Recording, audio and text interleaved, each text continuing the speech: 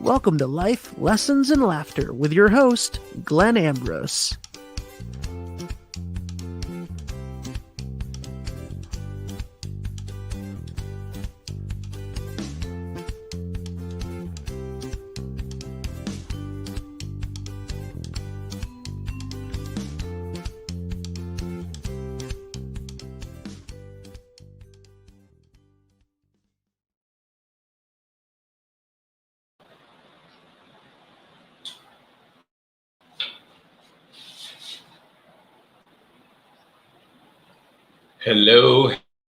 Hello, everybody. So I am going to edit my privacy on my account. Ben may have taught me how to do this. So I'm trying that now.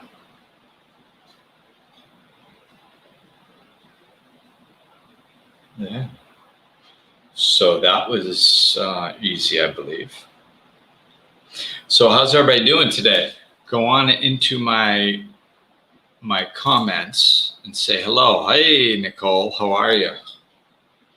Thank you for joining me. I'm also just going on to my business page, Glenn Ambrose Life Coaching, to just check my settings there while we have a couple more people hop on. Cool. We're in contract for our first house. We close next month. I am so excited. That's awesome.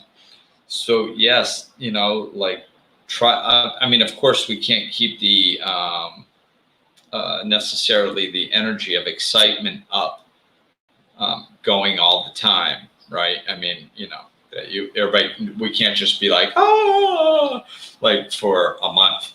So, but what we can do is just practice that gratitude, just feel that gratitude that we can experience on a daily basis forever, and also, like, it's times like this, I love to learn from successes.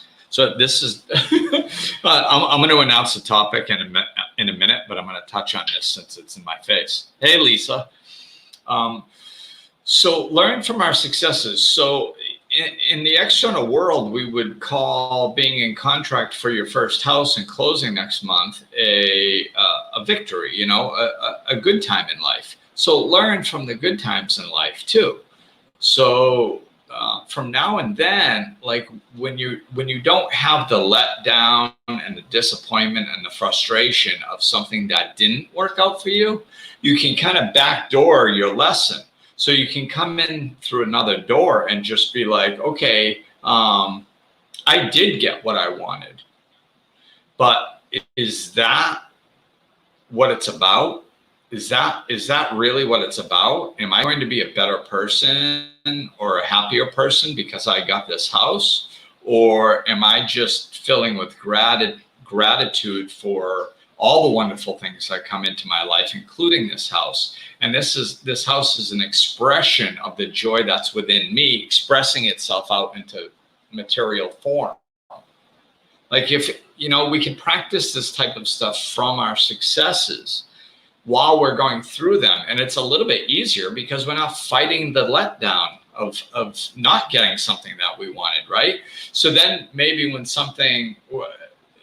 we're like heading in the direction of something that we think we want, we don't get so attached to the outcome. We understand that life is good anyway. And if this does come, well, it's going to be an expression of our love, an expression of our joy. It's not going to be the source of our love. It's not going to be the source of our joy. Right. So this is, even though you're getting what you want, it doesn't mean that, like, it can be a good time to work on the clarity of the energy in which you're putting forth. Like I said, I think it's a more enjoyable time to do my work. When I'm in a great mood and somebody goes, hey, do you want to practice gratitude? I'm like, yeah. And when I'm in a crappy mood and things aren't going the way that I want, somebody says, hey, do you want to practice gratitude? I'm like, not really. I'm not really feeling it right now, So it's harder then. So this is, you can just kind of fine tune the energy you're putting out when things are going your way. So that, that was a little sidebar that's what happens when you go live. So today, man, I don't know, this feels good. This feels like a good show. I had no idea what I was going to do 20 minutes ago, and I started looking over my notes. And sometimes I'll take notes when things are hitting me in a good way especially during sessions, because that's when I'm in the flow. So a while ago, and other times when I'm in the flow, but I don't know, a couple weeks ago or something, I took some notes and I went through several of them, and I looked at this one and I'm like, damn, this is good. This is a great podcast. So basically, the premise is collective consciousness. It's understanding the collective consciousness. It's understanding we are part of a whole. At some point in our spiritual journey, we need to embrace this reality. Otherwise, it's going to block our spiritual growth. I mean, it's like anything. Like if you have a resentment towards, some of us, including me, I had a resentment towards God. I had a resentment towards the Catholic Church that I was raised in, and any other types of resentments against groups of people, or like, we cannot walk around with hate or resentments, especially large ones, within our framework, and expect that to not block our spiritual growth. We're going to hit a ceiling there. So that's why I had worked through this. So, and the collective consciousness, the we are all one mentality, is really difficult to grasp, in my opinion, because it's so large, and there's so many things on our daily basis that makes it look like we are individuals and we are not connected. So, our senses, our sight and our touch and our hearing and our taste all makes us think on a human level that we are separate from another, but we're not, because it's, there's other ways too that might be, there are different doorways, but I'm staying in this one. Collectively, we are all part of one gigantic energy field in the universe. And then you bring that into smaller, and we are part of one collective energy field on Earth. That's obviously a lot smaller than the universe. It's still large, of course, but we are part of one collective energy field here. And we have to start understanding that and acting as if that's true. Completely dismissing the fact that we are the idea that we are separate from each other is difficult. Walking through life on a daily basis, just with the full mentality that we are all one and acting that way, that's a tall order, man. That is not an easy thing to do. So as I kind of was hearing this stuff come through me, I started seeing how this way that I'm about to explain is a really good way of coming in. It's a way we're able to grasp and implement into our lives, hopefully. And it's a really good way to gain perspective about what this concept entails and how it affects our life on a daily basis. So what I'm going to go right into the explanation. It is, since we are all part of one energy field, everything that is within us is affecting that which is outside of us, right? As is in the microcosm is in the macrocosm. This is basically the mentality that society is not a thing. Society is made up of things, made up of people specifically within that society. So we look at societal problems as if they're outside of us. You know, we're like, oh my God, we're killing the earth. Isn't this horrible? Like, yeah, but you know, where does it, like, who's killing the earth? People. Well, not me. Well, kinda. And this is what I'm gonna get into in an empowering way, not in a blaming way, in an empowering way. This is, you know, keep your mind open. That's such an important aspect of spirituality. There is no blame. There is no bad. There is no good. It just is, and there is no blame. So what it is as we open our minds and absorb these concepts, all of a sudden the solutions start becoming clearer. And that's, you know, that's what I'm about, is the solution. So if I say a little something that triggers you or goes, oh, I'm not part of the problem or something like that, relax, man. This isn't personal. This is, you know, I don't know you and how you're living your life on a daily basis. I'm just talking, you know, as a societal thing, and I'm drawing lines into the smaller pieces of that society. Okay. So what happens within us is a reflection of what happens outside of us. And this, maybe this will help lower some defense mechanisms, is even if, like, let's say that you are living your life basically perfectly. Like you recycle everything. Your carbon footprint is like a millimeter. Like you do everything wonderful for the earth. You never gossip. You meditate, walk in stillness, peace, and love every day of your life. You are just one of the most wonderful things on this planet right now. Just, that's great, right? But if there is, at some point, if we're interacting in society in a general way, like in a general way, what happens is there has to be a lowering of self-love to some degree. I shouldn't say there has to be. Most times there's a lowering of self-love. Most people, including me, we all have to work on our self-love. I mean, being part of this society beats the self-love out of you. Oftentimes it beats the self-esteem out of you. Oftentimes people who are viewed from a distance at having large self-esteem or large self-love are covered. That's just a mask. That's an egoic mask that they're using, and they act overly confident. And you know, I mean, we've all heard that story. So, I mean, I think most people kind of understand that. If somebody's acting way, way, way overly confident, a lot of times that's not self-esteem. That's actually lack of self-esteem, and they're overcompensating, right? So I'm talking about, as a collective, we have a lack of self-esteem as a collective. We have a lack of self-love as a collective. And how do I know that? Is because, well, there's lots of reasons, but but for the sake of this conversation, the way I know that is because of the stuff that we put up with in higher levels of society. And what I mean by that is governmentally,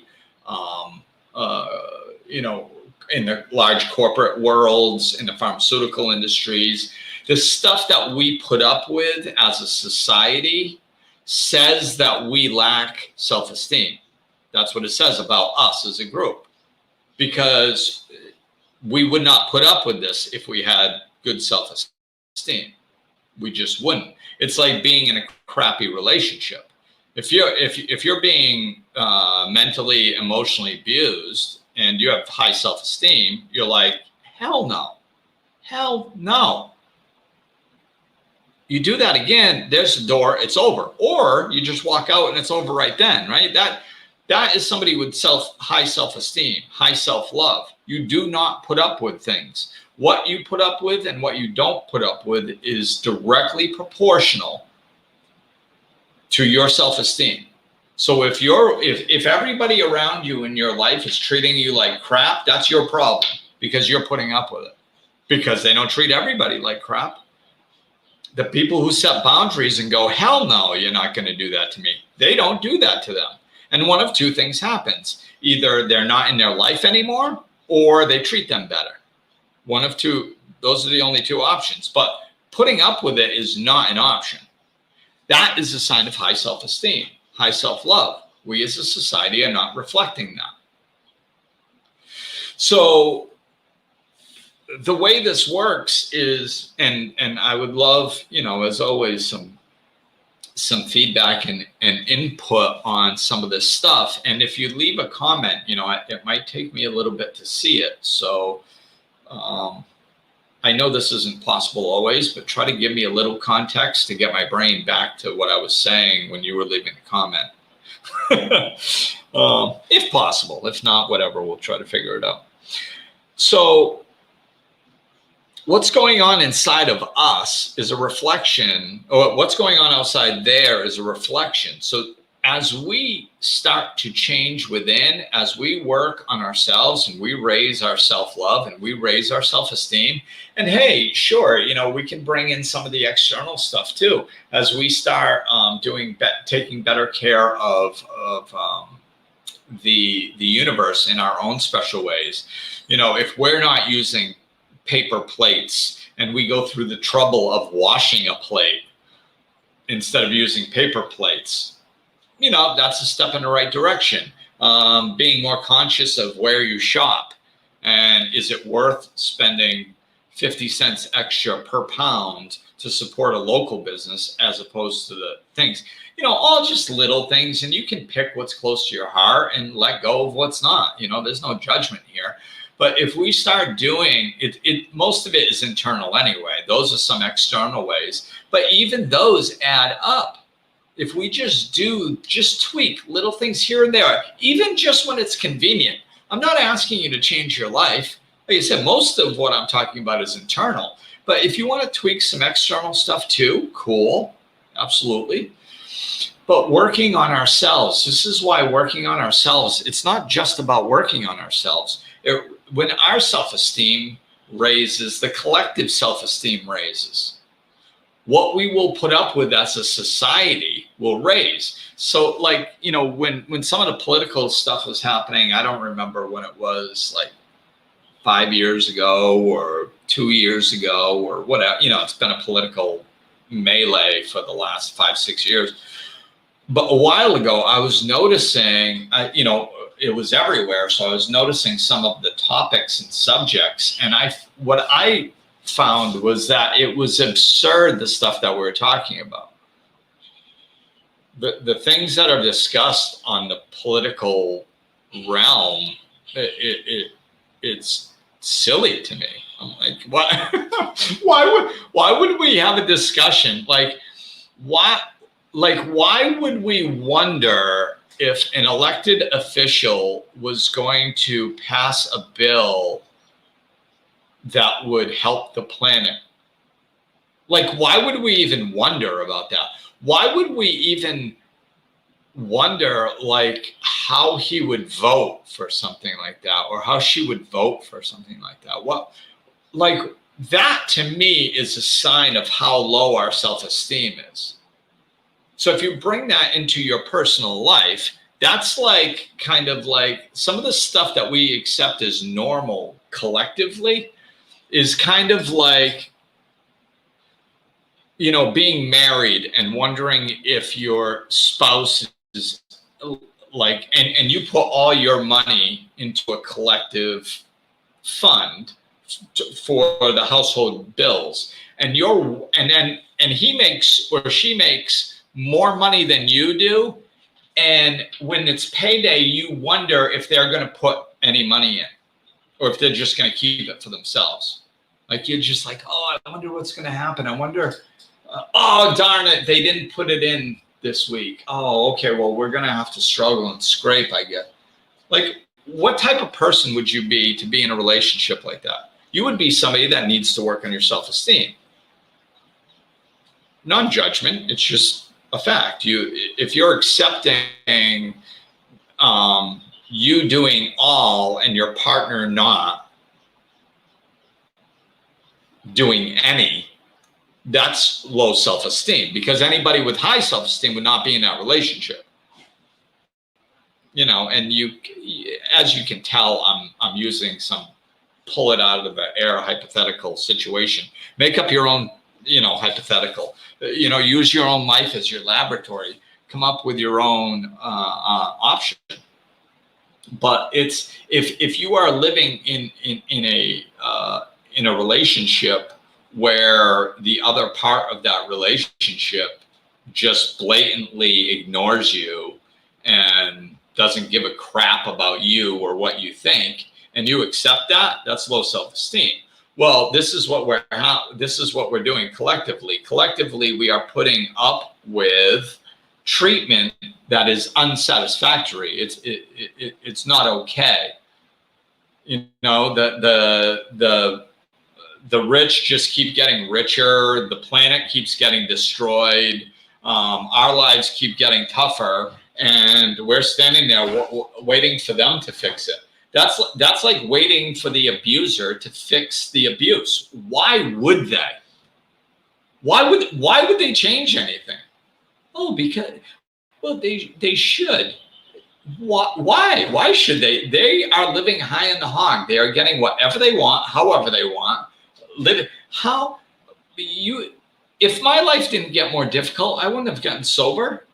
If I was running around drinking alcohol every day, just partying and having a blast, and there were no consequences, why would I would never have gotten sober. Never. I had lots of years that were really fun where I did that stuff, and I was not interested in getting sober. I got sober when my life started sucking. Well, many years after it sucked. But I got sober when alcohol no longer worked. It wasn't because I was a wonderful person and I had this moment of clarity. No, my life sucked ass. That's why I got sober. So, people don't change their lives when it's working for them. So they are treating us in an abusive fashion, and we are putting up with it. And we're wondering what to do. Oh my God, what to do? Oh, these people, they're so bad. They are so bad. They're doing the wrong thing. Look at those government officials. Oh my God. They're not in control of us. They are completely not in control of us. We are in control of them. We are the masses. We do not have to live in fear.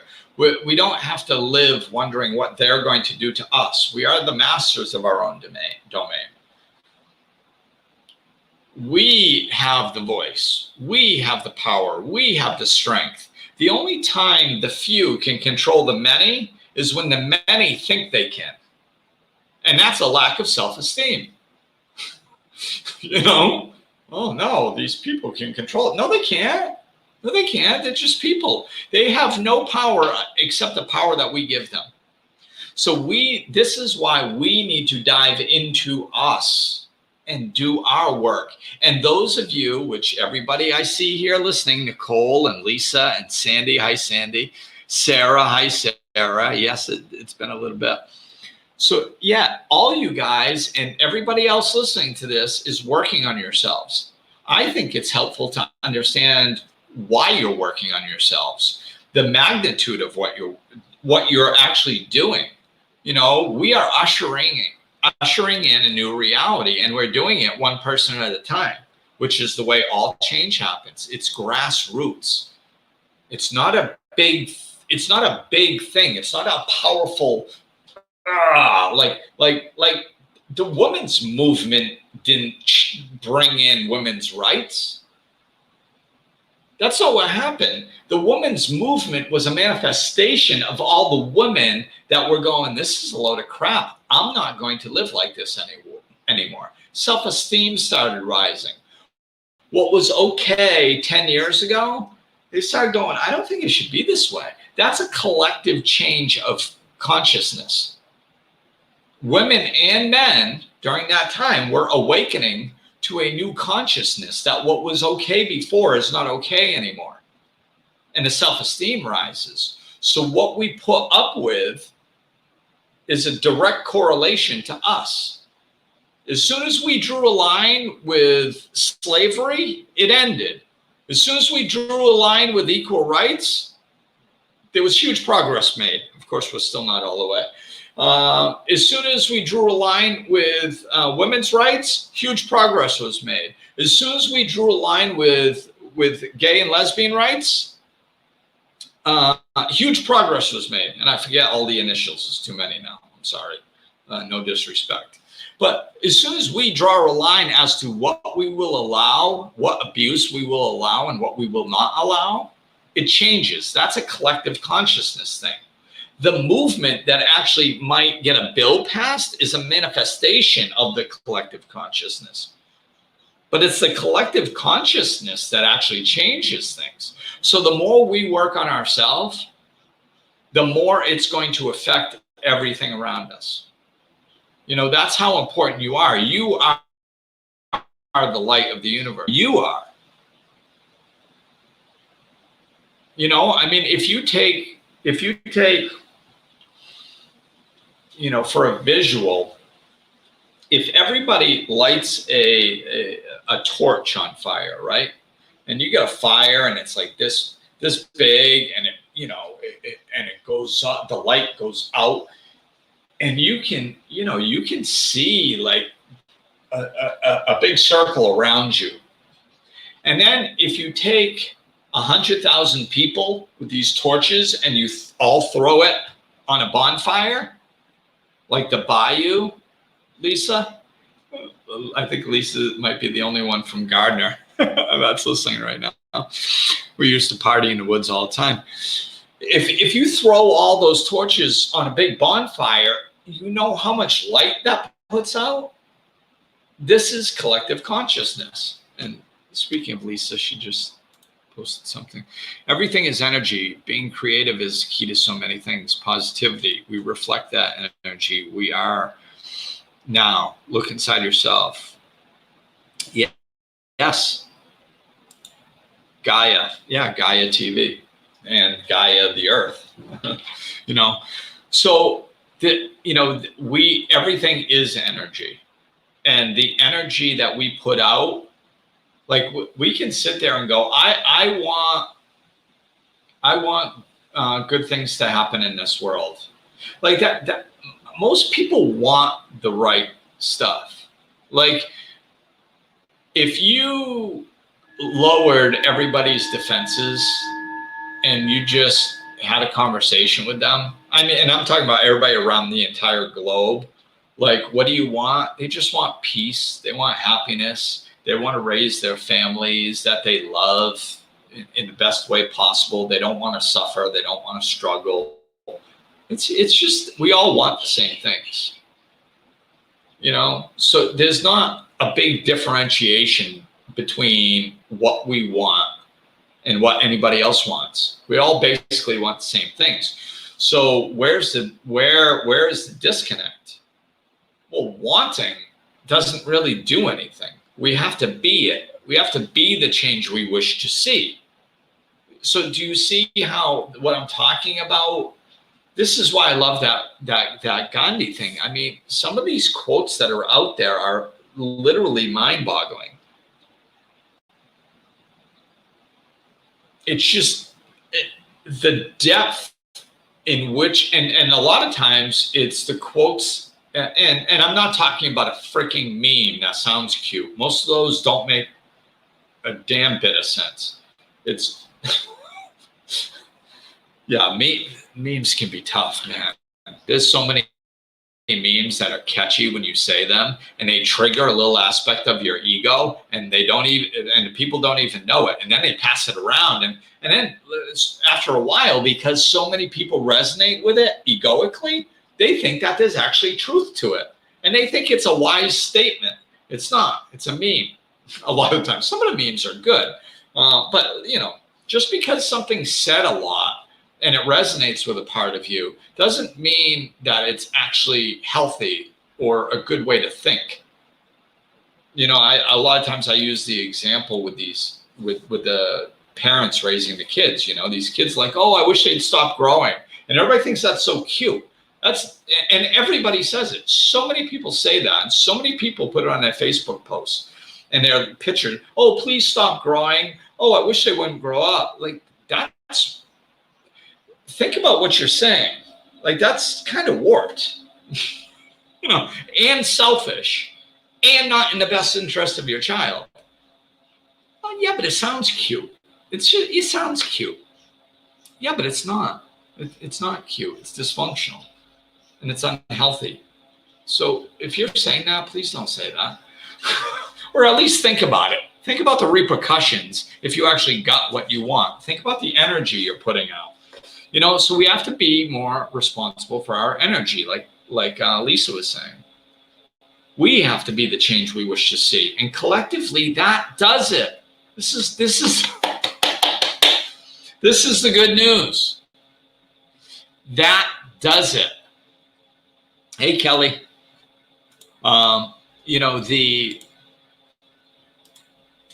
Being the change we wish to see will literally change the world.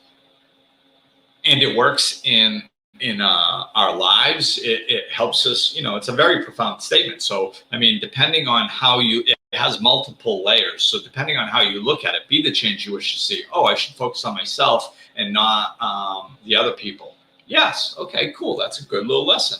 But I'm taking it here and I'm going it will literally change the world. That is literally what has changed the world since the beginning of time. Collective consciousness, collective energy. That's what changes society. That's what changes the world. That's what causes social change. So this is how important we are. You're not just doing the internal work for your own peace, love, and happiness, but hey, what a nice side, piece that you get out of it. You get to live. So how can you bring more love into the world? People are like, we need more love into this world. We need more love so bring it. Be love. And then you get to walk around in love, which feels good. The people around you get to experience that love, which feels good. So your little bubble inside this collective consciousness gets immensely better, happier, and healthier. And you actually affect the group conscience. The collective consciousness you are affecting. And that little example that I just gave, not only are you affecting it, but the people inside your little bubble that you're affecting them, and then it's affecting it. So right there, you see it start to mushroom. Mushrooming is just huge. It's a huge effect. Let me just check in. Sarah, I love it when you call out dysfunctional BS. Yeah, well, there's plenty of it, but this is what state we're in. It's not, this is nobody's fault. We just fell asleep, and we've been lulled to sleep for thousands of years, literally. We've been being driven by egoic mentality for thousands, probably tens of thousands of years. So this has been going on for a long time, but it's going full circle. So, I'm talking about global change. I'm talking about universal change. So what's happening is, there was a time when we were on the planet and we were not destroying it. There was a time when it supported us and we supported it. We were part of it. We were part of nature, and we coincided with that nature, and everything was beautiful. There was a time when human beings were on this planet that everything was okay. And then all of a sudden, the ego started taking over one person and another person, and they started harboring, like going after material things. Like, I want all the meat. I'm the best hunter. Oh, I want all the meat, and you guys got to come to me. Why should I give you my meat while you sit around and you can't hunt? Oh, okay. Now all of a sudden he becomes the head of the tribe. And it starts shifting the dynamic of everything. Now all of a sudden people are like, well, if I want meat, I should act like him. And if I want, he has power and whatever, whatever currency He gets to do whatever he wants because he has the stuff, because he hoards it. Well, I need to start hoarding, and then it spread like wildfire. And eventually, it's taken thousands of years to get where we are. But like picture it, like we're good with nature, right? And then it starts getting dysfunctional. And then it gets really dysfunctional. Now the world is a very big place. The earth is big. So, we've taken tens of thousands of years to completely immerse the dysfunctional reality in every corner of the earth as much as humanly possible and destroy everything within our power. And then in the name of egoic gain. And then now all of a sudden we get over here and it's like, it starts backfiring on us. Why? Because it was never sustainable. It was never a way that was actually coinciding with nature. It never was going to work. Eventually, we're going to run out of assets. Eventually, this stuff was going to lash back at us, our behaviors, our collective conscious karma. Ooh, there's a new term. Collective conscious karma that's going to come back. And here it is. That's where we are. And we're like, oh my God, this doesn't work. We have to change. We have to change. We have to change. Well, now we're being the change. And as we be the change, we're going to come full circle. And we're going to get back to healthy, coinciding with nature, living in a peaceful thing. That's been the whole journey. It's been taking us thousands and thousands of years to get here. And every one of you are some of the bravest souls in the history of planet Earth that have chosen to come down here during this time and usher this new way in, because it ain't easy. It's simple, but it ain't easy. So this is what we are on. This is the path we are on. Collective conscious karma. Bing, bing, bing. New term. Hi, Rose. As we journey on things, change as our perspectives do. So different philosophies controlling our thoughts and taking the time to speak or not, get involved or not. Is it your calling or the guy? The other guys, maybe? I'm not sure if I'm following that properly, but what I'm getting out of that is that, like, yes, we need to shift our perspectives. But if there can be, there can be a bunch, we don't have to worry about everybody else. That's the point. We just have to worry about ourselves. We as a species are very good. We are good, but we have to stop thinking we're bad. We're not bad. We're by nature, we are good. By nature, we are love. And we just need to fall back to that. And we can. And it's less work than you think, because it's all spiritual words which imply non-action. Spiritual terms imply non-action. It's letting go. It's allowing. It's remembering your truth. It's forgetting what has been told to you. Any of those terms, you can't go in a corner and try real hard. Go try to remember. Go try to forget. Go try to allow. You can't do it. You can't put effort towards spirituality. You have to allow it. You have to fall into it. You have to be it. And this is what I'm talking about.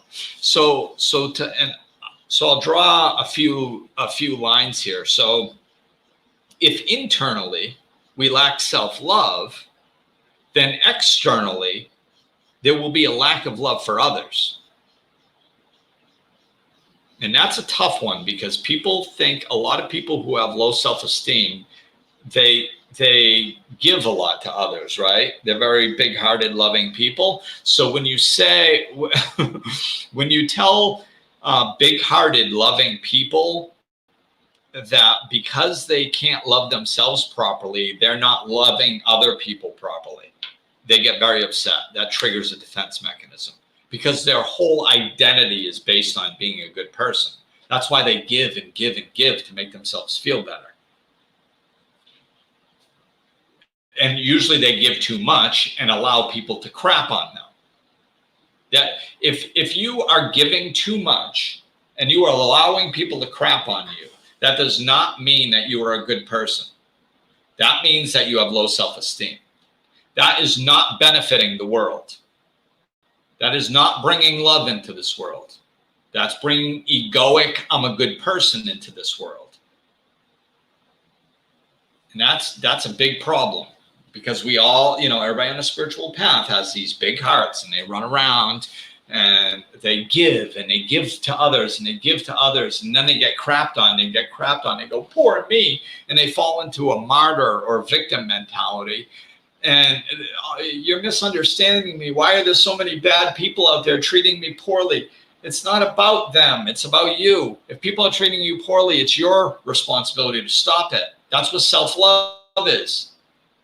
And when you stop other people from crapping on you, and you stop other people from sapping off of you, and you stop enabling other people, most often, all of a sudden, they do the work that they need to do. Enabling people emotionally, financially, or whatever is not good. We have to stop doing that in the name of being a good person, because it's not. It doesn't help you, and it doesn't help them. It enables them to not do their work because they don't feel the consequences of their own actions. So work on loving yourself. Stop giving everything to other people and work on yourself. So now if we have a lack of self-love, so therefore there's a lack of love for others. And I mean true, open-hearted, unconditional love. Unconditional is the key word here. Because when you give to other people in an unhealthy way, you get very, very angry when they don't give back to you when it's your turn, right?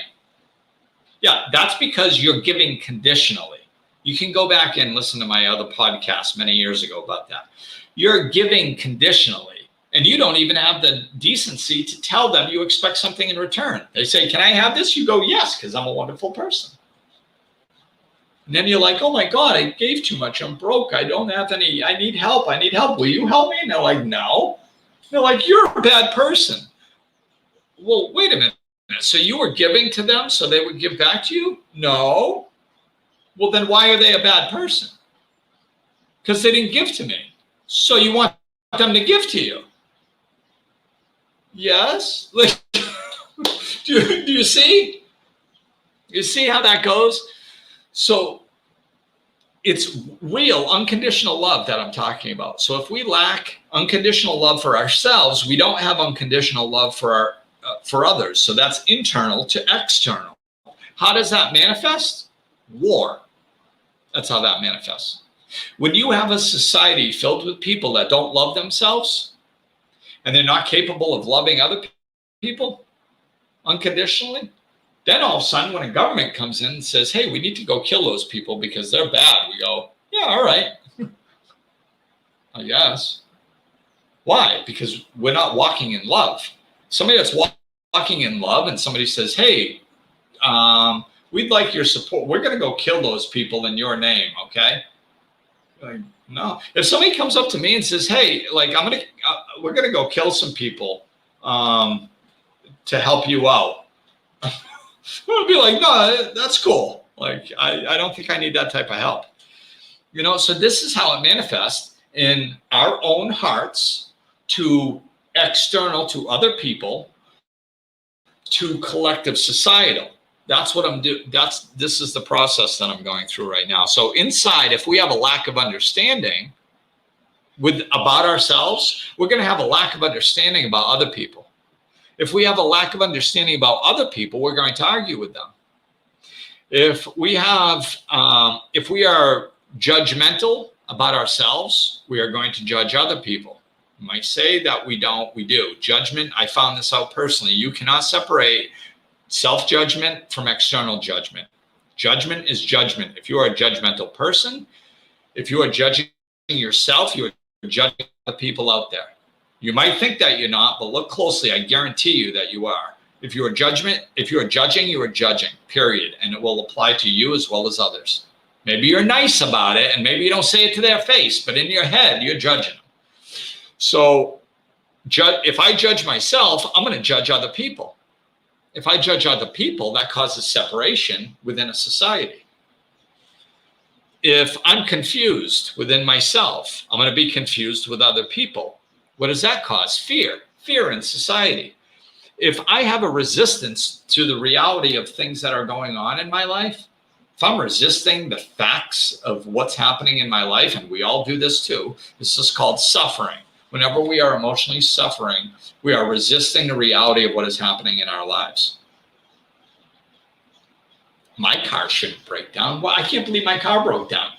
Why? It just did. Sometimes stuff happens. Yeah, but it's a brand new car. So no machine ever on the planet ever has a glitch in it. No, or nobody on an assembly line ever makes a mistake ever. But if they do, they don't do it to yours. I mean, it just doesn't make sense, a lot of the stuff we complain about. We're resisting reality. So if I am resisting the reality that's happening in my own life, I'm resisting the reality that's happening with other people too. And if I resist it in my life, that causes suffering. If I resist it in other people's lives, it causes suffering. And what does that cause in a collective society? Suffering. So if you had to look at society as a whole, you know, either your country, the entire planet, maybe your city or town, whatever. If you're going to look at society, would you say that society, as a general rule, there is a lot of suffering, fear, separation, arguing, and war?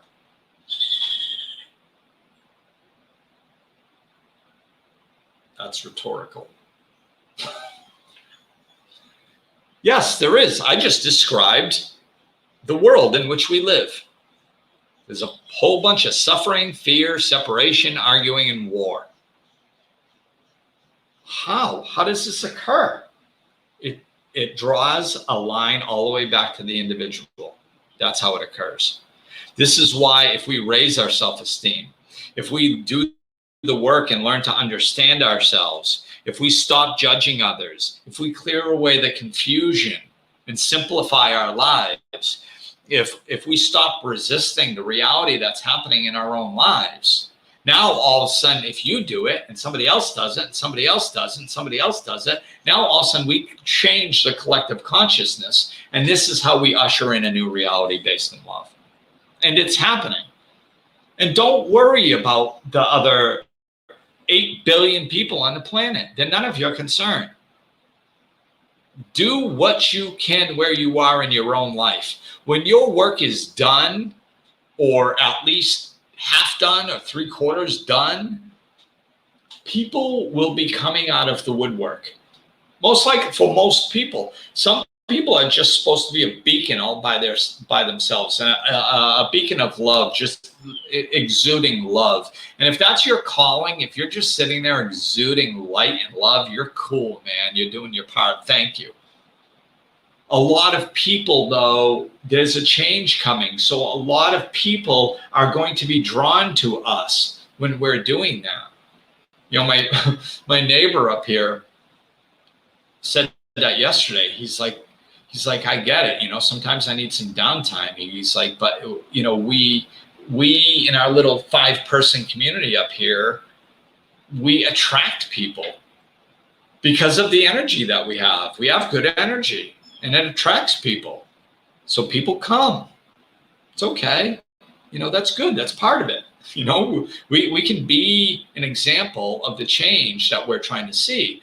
And you can do that too. But we have to remember, I learned this in recovery, it's attraction rather than promotion. Do not go out trying to convince people of this. The way I talk, it sounds like I'm trying to convince people. And it's because I'm passionate. But if you notice, I'm in my own little house. And you have to tune in to listen to me. So if somebody, like sometimes people listen to me and they'll be like, I disagree with you. That's wrong. Okay. So don't listen to me. You know, I mean, only listen to me if it resonates. If it doesn't resonate, stop listening. I'm not trying to change anybody. I'm not worried about the people who disagree with me. And believe me, there's plenty of them. Good, fine, go disagree. I'm not going to try to change you. But if it does resonate, cool. You know, that's my job. I'm a teacher. This is what I'm here for. So this is how we can be the change. Attraction rather than promotion. Be the light.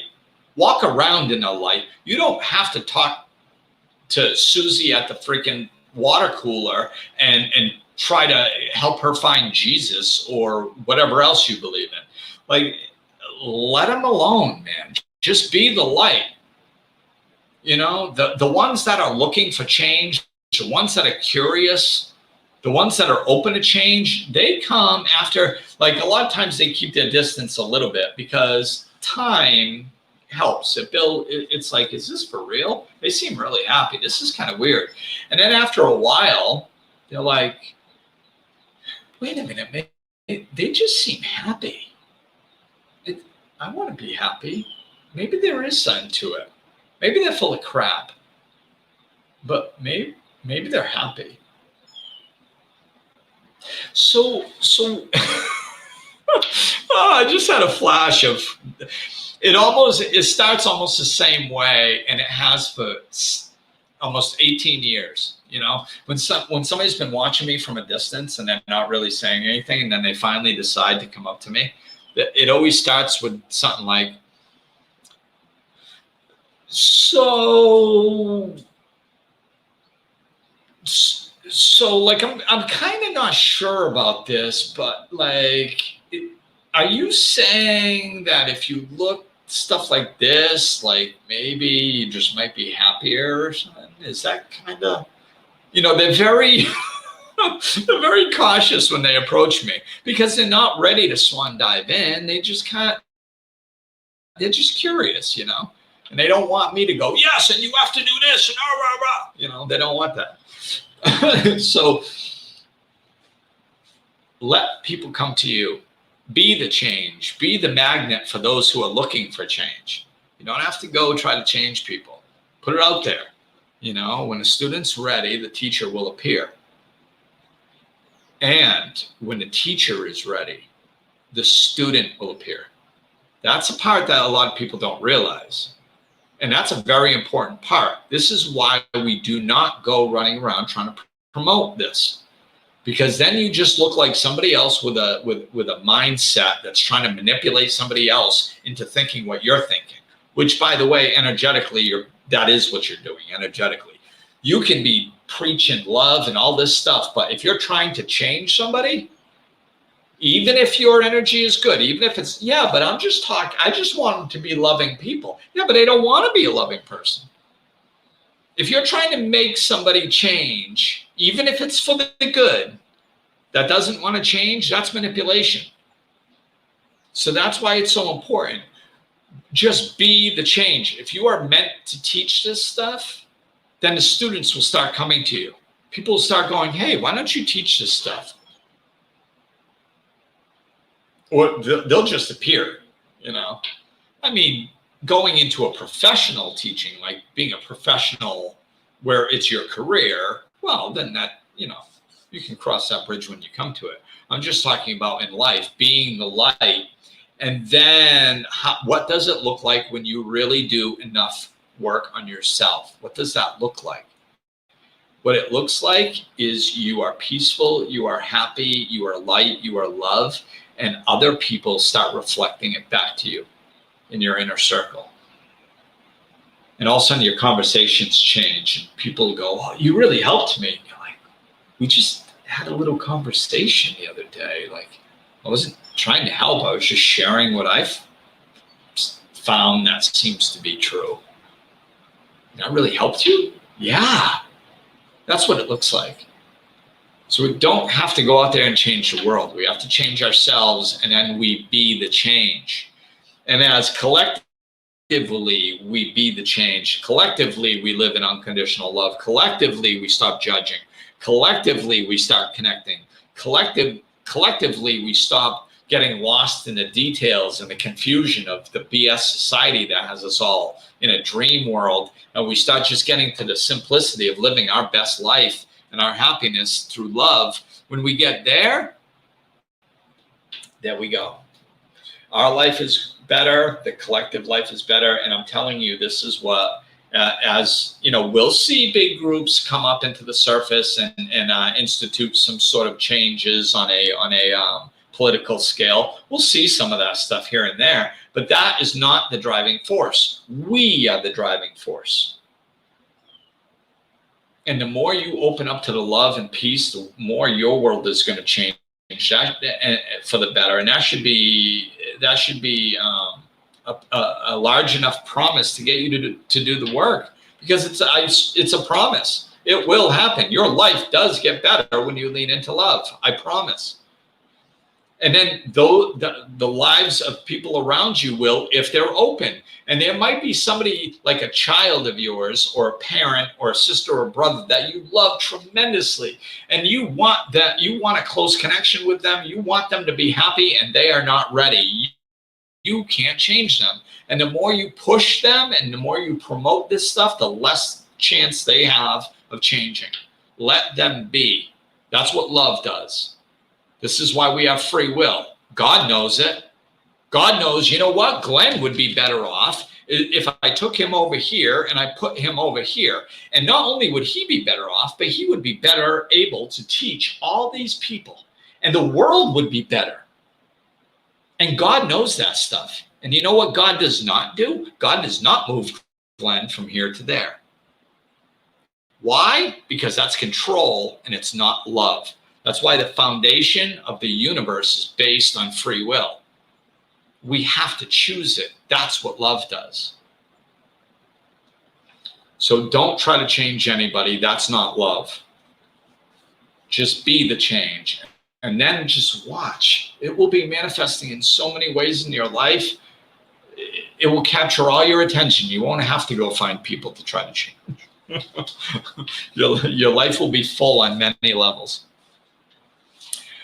So that's it. We are coming up on an hour yet again. I don't know myself. I just love this one. So I just think it's wonderful. It gives me so much hope for the future, because I know how many good people there are out there. It's just it's a wonderful thing. So be the change you wish to see. More work, just keep going within, keep going within, keep going within. And as your attention gets distracted by the without, keep going within. And just breathe that love, peace, happiness, no matter where you are. People on death row have spiritual awakenings, are in perpetual bliss, sitting on death row, waiting to die in a cage. And they are perpetually happy. It can be done. Don't worry about your external circumstances. If you keep working on self-love, that stuff will change too. That's what love does. It purifies. So do it, do it, do it. I'm excited about our future, people. And thank you, Sarah. And the rest of you, Rose, Lisa, and Nicole, and the other Lisa. Well, maybe there's one Lisa. I know Marasi. Yeah, there's only one. But there's bound to be another Lisa out there listening. Thank you, ladies and gentlemen, for listening. Be the change. There's so much hope for us right now. It's a beautiful thing. So thank you, and I am out. Peace. Looking for more? Check out over 200 episodes of Life Lessons and Laughter, or click the link in the description of this episode to connect with Glenn directly.